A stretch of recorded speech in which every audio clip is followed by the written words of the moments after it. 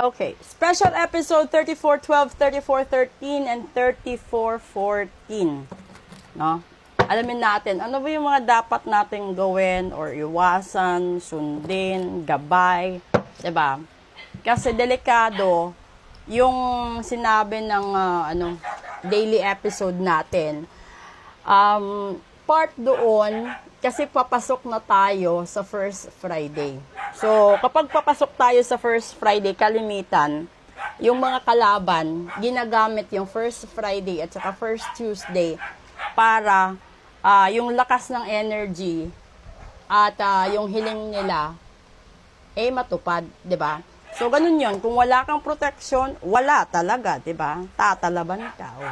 Una, nothing will come of this situation. Hala.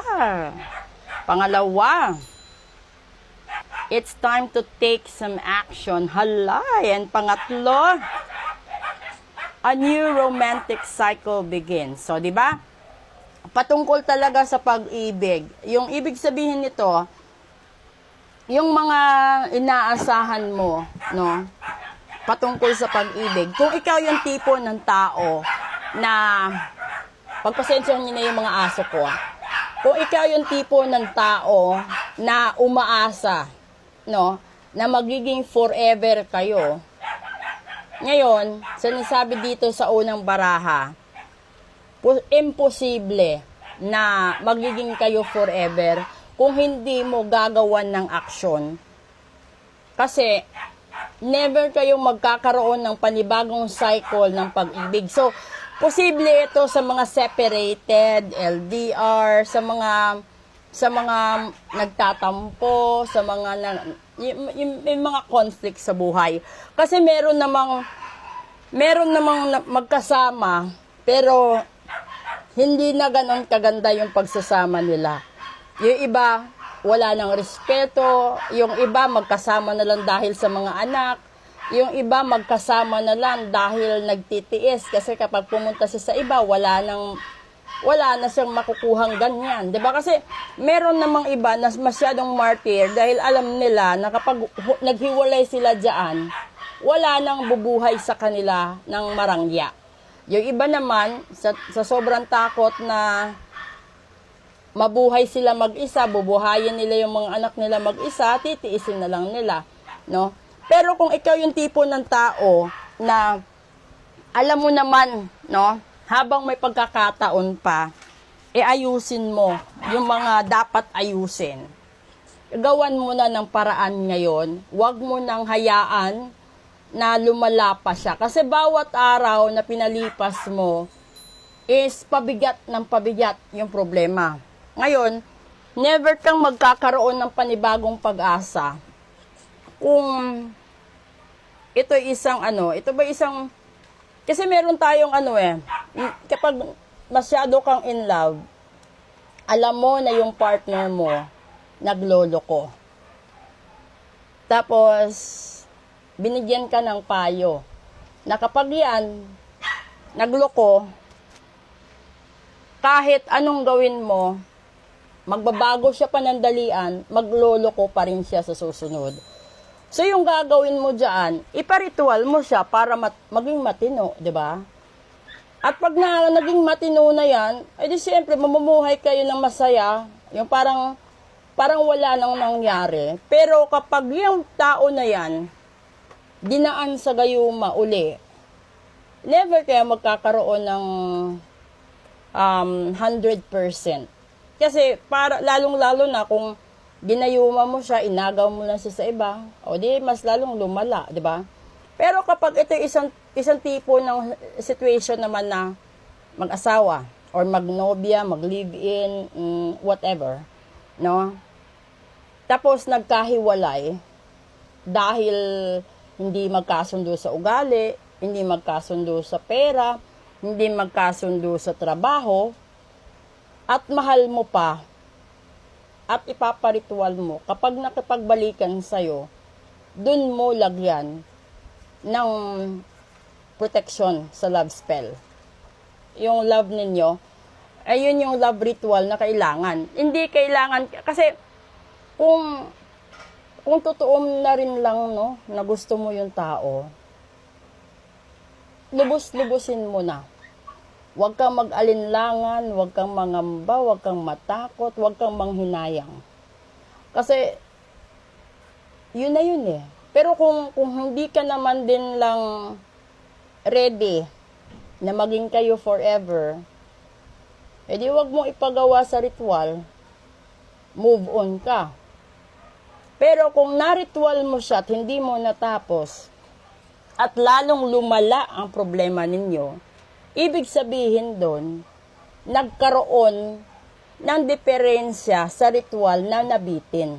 Kasi, may consequences yan eh. Para siyang para kang nagluto ng isang ulam, na kapag hinayaan mo, hindi siya maluluto, di ba? It's either maluto siya na overcook or hilaw. Pero kapag binawasan mo ng ibang rekado or ibang sangkap, hindi rin siya masarap. Ganun yung pag-ibig. So, kung yung ritual din, ganun din. So, kung sinimulan mo yung ritual, tapos hindi mo tinapos, wala din. Diba? Masasayang lang din yung gastos mo. Kasi, pasalamat ka kung merong nag-advise sa'yo kung ano ang dapat mong gawin at kung anong nakikita niya. Kasi kapag walang taong nagbibigay sa'yo ng advice, mas nakakapagod, nakakasayang ng oras, na nagte-take ka ng risk pero hindi mo alam hanggang saan, hanggang kailan. Compare sa katulad namin na pwede kang bigyan ng yung forecast na kung kailan pwede mong ma-recover, kailan pwede, kailan hindi, at kung anong mangyayari. Kasi yung iba wala no? Kung hindi mo susundin dahil lang sa nagsasayang ka ng oras, wala kang magagawa dyan. Kasi yung iba naman, talagang mabubuhay lang sila sa mga ganyan. So, kasi hindi naman napipilit ang tao. Pero iisa lang ang common, nagsasayang ka ng panahon. Kung sasabihin mo, bahala na ang Diyos, tatanungin ka uli ng Diyos, asan ang ginagawa mong effort bago ako maawa? Kasi nasa Diyos, nasa tao ang gawa, nasa Diyos ang awa. Paano ka kakaawaan kung hindi niya man lang nakikita na gumagawa ka ng paraan para lahat yan makamtan mo, lahat yan matupad mo? 'Di ba? Ibig sabihin yan, paano ka magkakaroon ng bunga kung hindi ka nagtanim? Hindi ka naman po pwedeng manguha ng bunga ng iba. Diba? Sa farm, ganun. So, in short, kung gusto mo makamtan uli yung wagas na pag-ibig o yung pinakamamahal mo sa buhay, gumawa ka ng effort. Huwag kang magsayang. You have to take some action. It's a rapid decision kasi bawat araw na sinasayang mo, bawas sa positive points mo. Ngayon, kung nagbibingi-bingihan ka, nagbubulag-bulagan ka, at hindi mo tinapos, binitin mo, wala din, di ba? So, yung ugali na yan yung nagbigay sa'yo ng matinding suliranin mo. Kasi never ka namang magkakaroon ng problema ngayon kung hindi ganyan ang ugali mo noon. So, ibig sabihin, kahit ano yan, anong sitwasyon, manegosyo, mapera, pag-ibig, pamilya, kung ikaw yung tipo ng tao na kapag binigyan ka ng advice at hindi ka nakikinig, or kahit hindi mo man lang inilalagay sa konsiderasyon, ibig sabihin, kung ano man yung nangyayari sa buhay mo ngayon, kasalanan mo. 'Di ba? Kasi pasalamat ka merong mga tao na nagbibigay ng warning. Pero dahil sa you take it negatively, kasi alanganin ka lagi, yun, nalalagay ka din sa alanganin ngayon. Kung sasabihin mo na wala kang budget, pero gusto mong matupad ang hiling mo, ganun din gagawin sa'yo. Kung kailan ka magkakaroon, tsaka siya magkakaroon ng assurance, tsaka siya magkakaroon ng bunga. Proceed tayo sa English episode. Good evening!